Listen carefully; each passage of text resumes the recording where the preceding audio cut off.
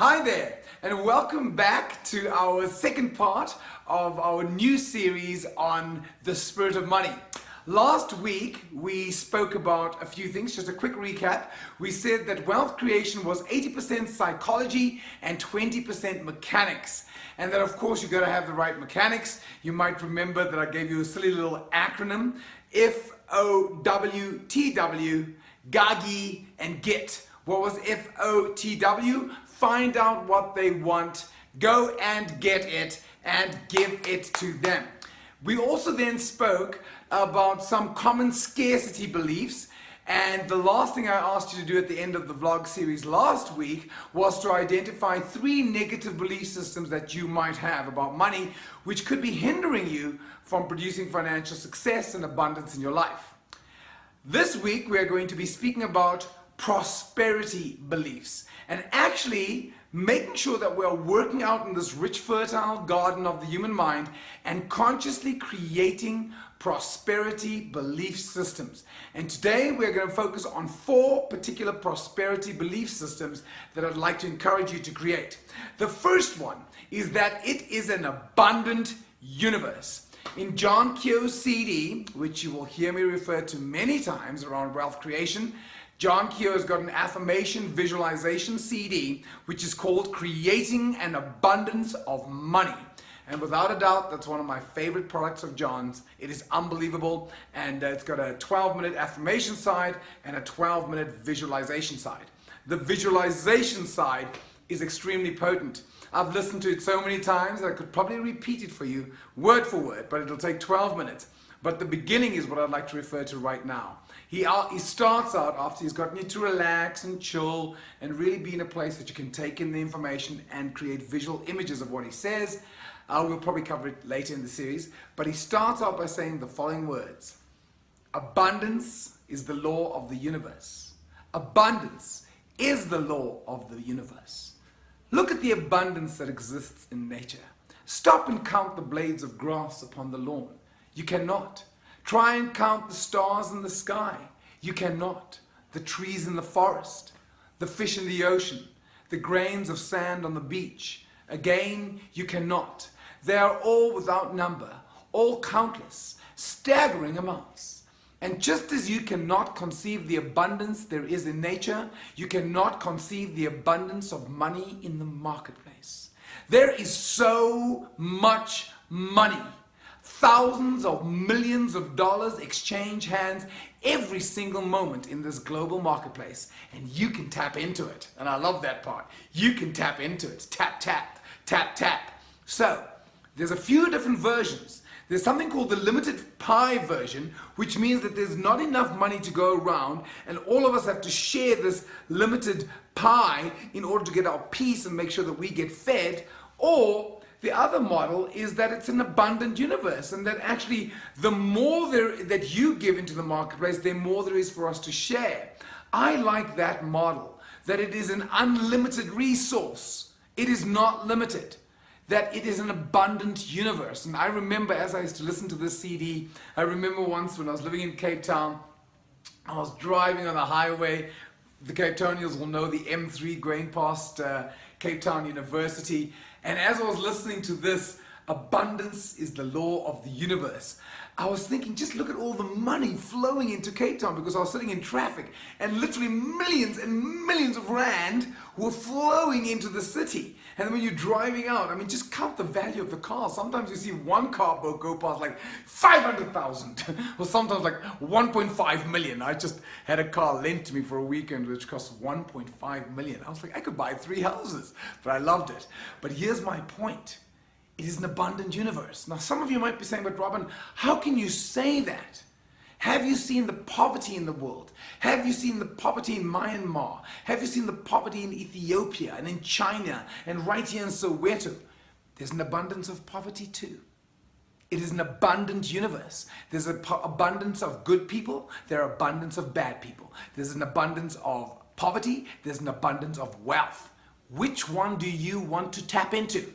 My encouragement is for you to tap into the wealth consciousness, because we need successful people to help us deal with the poverty side. So the first prosperity belief is that it is an abundant universe. The second prosperity belief I'd like you to encourage for you to really accept and drink in is that money is good.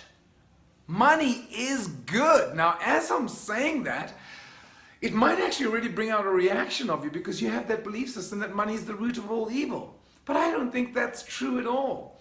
You know, the Costa Rican government at one point wanted to sell off their forest. They had a beautiful forest, and they were going to sell it off to loggers because they needed the money, and they were going to sell it for $100 million. And all the environmental agencies and organizations got all up in arms and said, you can't do this, you know, the planet needs this, as they should. I mean, we do need some beautiful natural resources, but the Costa Rican government said we're a poor country. That money is going to go a long way for education, for roads, for infrastructure. We need the $100 million.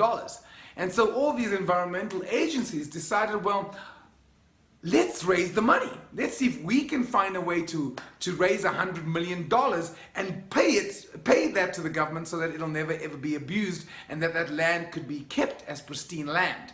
And everyone thought this is a great idea. Only one problem. They needed $100 million. Now $100 million is a lot of money.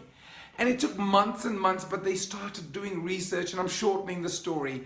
But eventually what happened is they approached the World Bank, and the World Bank agreed that they would pay $100 million to the Costa Rican government, that they would buy that land, and that land today is protected. It cannot be touched, and we now have this beautiful rainforest that'll never ever be able to be sold because money is good.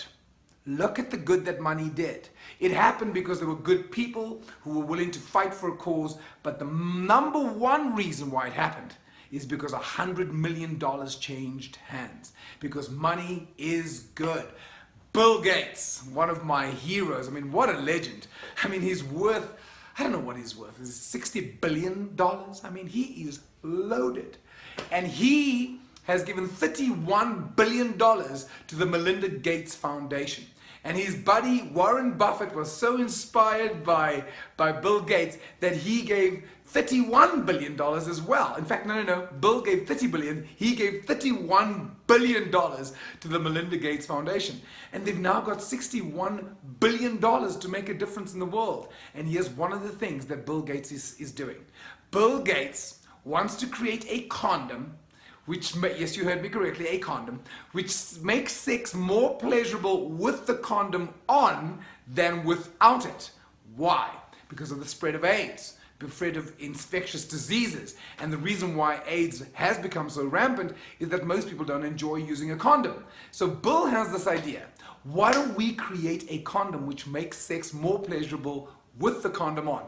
I know what you're thinking, where can I get that condom? I know, it'll be amazing, sorry. But inappropriate, but it's true. Bill Gates wants to create a condom which makes sex more pleasurable. Now, the only reason he can afford to do that is because he is loaded. And because money has the power to do good things. Now, money has the power to do bad things as well. But that's where your consciousness comes in. But money is good. Mother Teresa took a vow of poverty. But her organization didn't take a vow of poverty. And her organization raised millions and millions of dollars to do the good work that she did in Calcutta and around the world. Because money is good. Think of the good that money does. Money can do amazingly positive good things. The third prosperity belief system that I'm going to encourage you to adopt into your mindset and into your belief system is that opportunities are everywhere. One of the affirmations on the Creating an Abundance of Money CD is opportunities are everywhere. And I believe that there are staggering number of opportunities for creating money. Think about this. I think, just to tell you a story, John Paul Getty, the oil billionaire, was at a dinner in the States in the early 70s, and there was a young man sitting at the table with them, and he was bemoaning the fact that all the good opportunities have already come and gone. And he was just saying, oh, if only I was alive in the 20s. I mean, that was a great time with the big depression and all the opportunities were there. Or only if I was around at the turn of the century. But he was just saying how all the good opportunities have come and gone. And John Paul Getty looked at him and he said, well, he says, never ever before in the time of history has there been this much opportunity to make money.